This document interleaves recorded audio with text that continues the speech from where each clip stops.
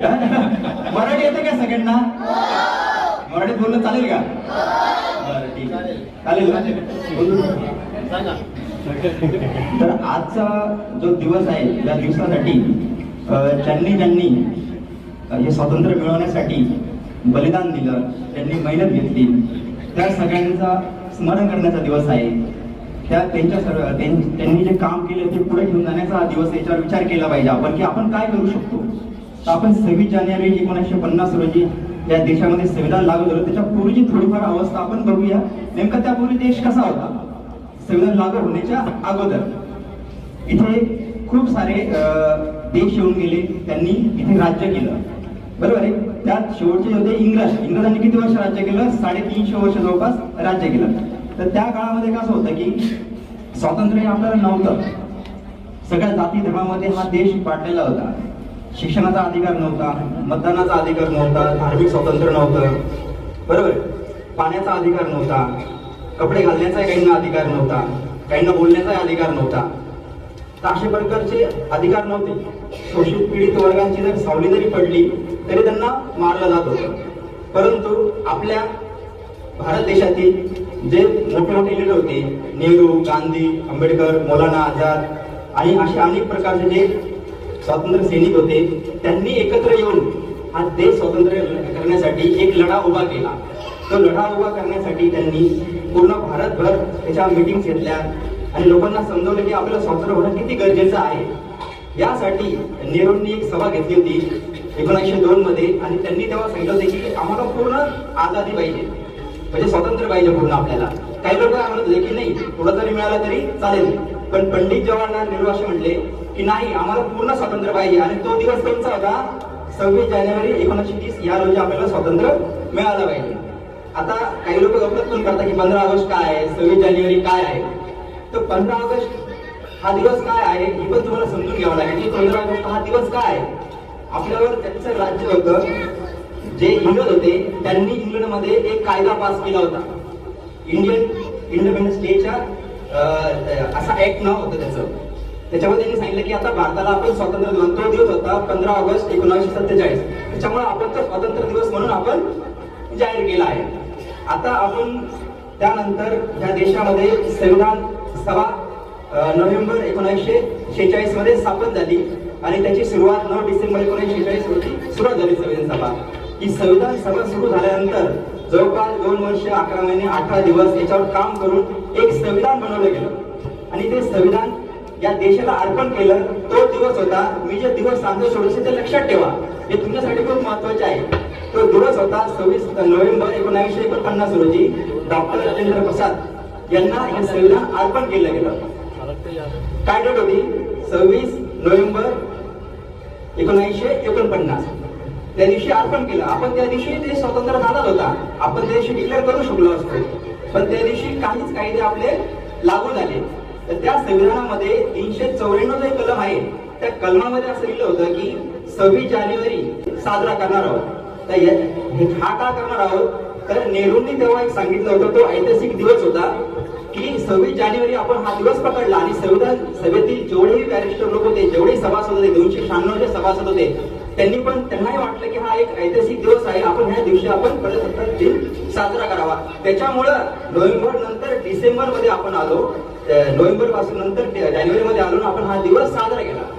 तर 26 जानेवारी हा दिवस म्हणजे काय आहे की संविधान आपण लागू केलं. संविधान लागू केलं म्हणजे काय केलं की पहिले राजा होता, इथे राजाचं राज्य होतं. आता ते न राहता कोणाचं राज्य आलं? इथे जनतेचं राज्य आलं.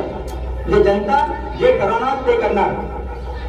जे सर्व संविधान सभेतील जे लोक होते त्यांनी काय सांगितलं की जनता मी नाही, एखादी व्यक्ती नाही, लोक. आम्ही काय म्हणलंय संविधानामध्ये, आम्ही भारताचे लोक. जे संविधान जे लिहिलं गेलं आहे ते आपल्या लोकांना बघून लिहिलेलं आहे. त्याच्यामुळे हा दिवस जो आहे इथे आपल्याला मतदानाचा अधिकार मिळाला. आणि पहिले जसं होत होतं, राजाच्या पोटातून राजा जन्म घेत होता, पण असं आता होत नाही. मतदानाच्या पेटीमधून राजा जन्म घेतो. म्हणजे राजा म्हणजे काय आताच्या कंडिशनमध्ये मंत्री आहे, आमदार आहे, खासदार आहे, नगरसेवक आहे, पंतप्रधान आहे, राष्ट्रपती आहे. पण तो लोकांनी निवडलेला आहे, तो आपण निवडून दिलेला आहे. त्याला एक पद्धती आहे. तर अशा प्रकारे भारत स्वतंत्र झाला आणि याचं कामकाज जे चालू झालं.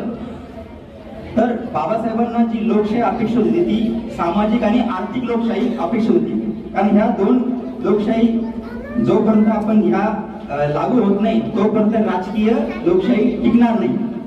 राजकीय लोकशाही जी असते, आता तुम्ही बघितलं असेल की काही लोक आता एखाद्या व्यक्तीचे भक्त होऊन गेले तर तिथे जात धर्म न बघता आपलं संविधान काय सांगतं की जात धर्म न बघता त्याच्यामध्ये काय गुण आहे त्या गुणानुसार आपण त्याचं मूल्यांकन केलं पाहिजे. पण आज ते होताना दिसतंय का? नाही.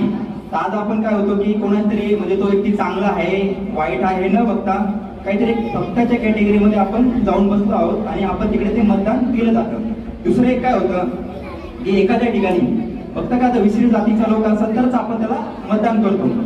समजा एखादा आता हिंदू लोकांची जागा आहे, समजा एखादा मुस्लिम मत असेल तर जिंकून येणार नाही. तर अशी जे झालं आहे हे बाबासाहेबांना अपेक्षित नव्हतं. बाबासाहेबांना लोकशाही कशी अपेक्षित होती, सामाजिक आणि आर्थिक. ही लोकशाही अशी अपेक्षित होती की लोकांनी फक्त लोकांचा गुणवत्तेचा विचार करावा, जात धर्माचा विचार करू नये, कारण संविधान याचा विचार करत नाही. आता आपण बघूया की संविधानाने आपल्या देशाला काय दिलं. आता जवळपास 75 वर्ष झाले संविधानाला. तर आपण जर बघत असाल की आज तुम्ही एका घरात राहता, बरोबर आहे, तर आपले भाऊ बहीण जे आहे मोठे झाल्यावर ते राहता का एकत्र? राहता का तुमच्या घरामध्ये? वेगवेगळे राहता. नंतर मोठे झाल्यानंतर त्यांचं लग्न झालं त्यानंतर ते वेगवेगळे राहतात.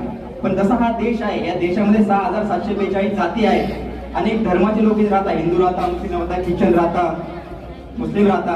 पण तरी पण हा देश टिकला आहे. या देश टिकण्याचं रिझन जे आहे ते फक्त भारतीय संविधान आहे. हा देश टिकला का आतापर्यंत? नाही, कारण या देशामध्ये भारतीय संविधान आहे.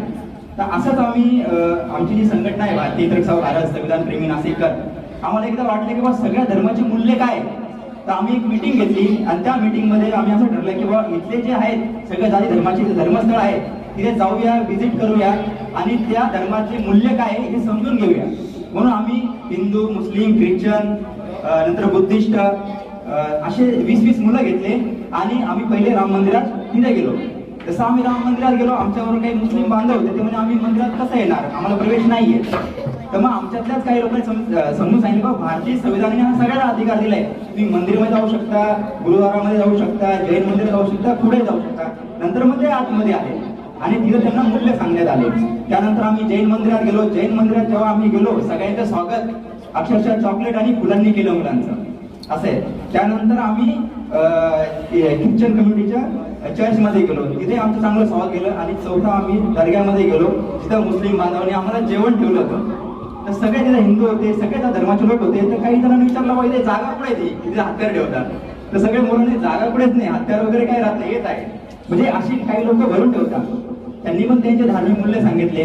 त्यानंतर आम्ही गुरुद्वारामध्ये गेलो, तिथे सुद्धा धार्मिक मूल्य सांगितले गेले. त्यानंतर बुद्ध विहारामध्ये गेलो आणि आम्ही शेवटी जेव्हा बुद्ध विहारात जाऊन त्यानंतर डॉक्टर बाबासाहेब आंबेडकर यांच्या पुतळ्यावर आम्ही समारोप केला, तेव्हा जेव्हा मुलांना आम्ही विचारलं बा तुमच्या सर्व धर्मातले जे मूल्य आहे, मग जाऊन त्यानंतर डॉक्टर बाबासाहेब आंबेडकर यांच्या पुतळ्यावर आम्ही समारोप केला, तेव्हा जेव्हा मुलांना आम्ही विचारलं बा तुमच्या सर्व धर्मातले जे मूल्य आहे तुम्हाला काय शिकायला मिळालं, तुमच्या सर्व धर्मातले जे मूल्य आहे तुम्हाला काय शिकायला मिळालं.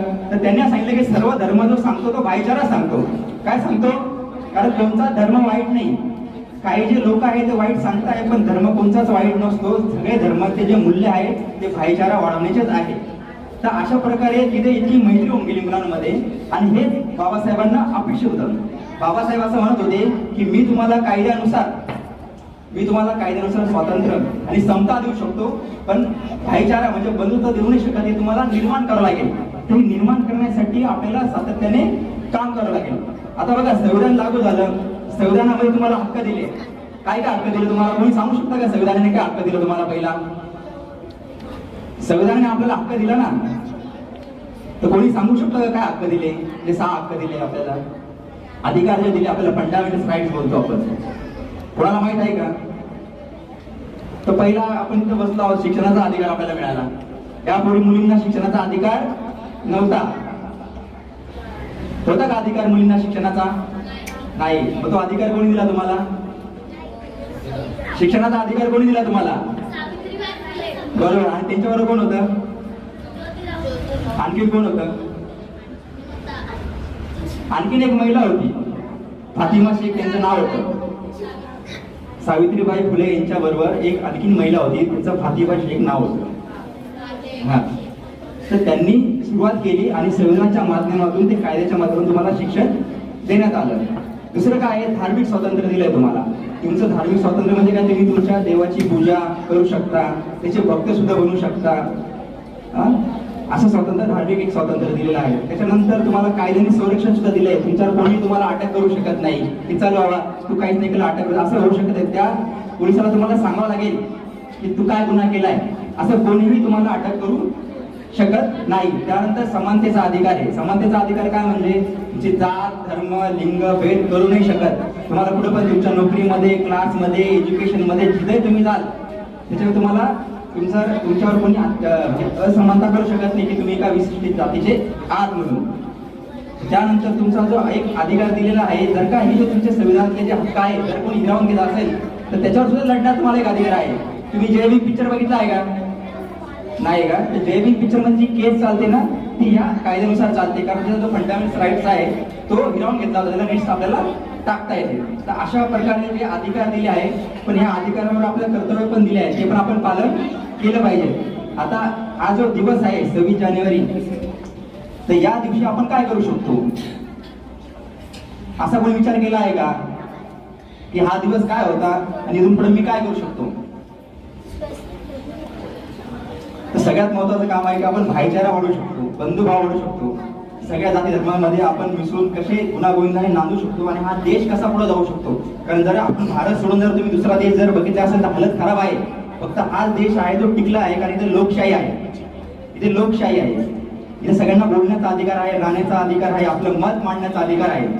बाबासाहेबांनी जी लोकशाहीची व्याख्या जी केली आहे, रक्ताचा एकही थेंब न सांडता शांततेच्या मार्गाने समाजामध्ये जो बदल घडून आणला आहे, त्या बदलाची जी व्याख्या, बदलाला त्यांनी लोकशाही म्हणलेलं आहे. यासाठी त्यांनी जे सांगितलं आहे की भाईचारा वाढवणं खूप गरजेचं आहे. आपल्याला संविधानिक औपचारिक तौरने आपल्याला कायदे दिलेले आहेत, पण मग आपल्याला ते आपल्या स्वतःमध्ये आणावं लागेल, त्याचा स्वीकार करावा लागेल. त्याचे जे तत्व आहेत, अधिकार आहेत, ते आपल्याला स्वतःला समजून आपण दुसऱ्या लोकांना ते सांगितले गेले पाहिजे. जोपर्यंत आपण दुसऱ्याला आपला भाऊ, आपली बहीण समजणार नाही, त्यालाही त्याला बोलण्याचा हक्क आहे, त्याला जगण्याचा हक्क आहे, तो कोणत्याही विशिष्ट धर्माचा असो, जोपर्यंत आपण असा भाईचारा निर्माण करणार नाही तोपर्यंत या देशामध्ये बंधुत्व निर्माण होणार नाही. आणि हे देशामध्ये त्यांनी संविधान निर्माण केलं, त्यांची ती अपेक्षा होती की हा देश एक सार्वभौम तयार व्हावा. तर त्यासाठी आपल्या सगळ्यांना काम करावं लागेल. मी सगळ्यांना हीच विनंती करेल की सर्वात प्रथम तर तुम्ही एज्युकेशन घ्या. एज्युकेशन घेतल्यानंतर तुम्हाला समजेल या देशामध्ये वागायचं कसं, कारण जोपर्यंत तुम्ही एज्युकेशन घेत नाही तोपर्यंत तुम्ही समाजात चांगले नागरिक होऊ शकत नाही. धन्यवाद. मी सगळ्या सरांचे धन्यवाद करतो की त्यांनी मला बोलण्याची संधी दिली. खूप खूप आभार.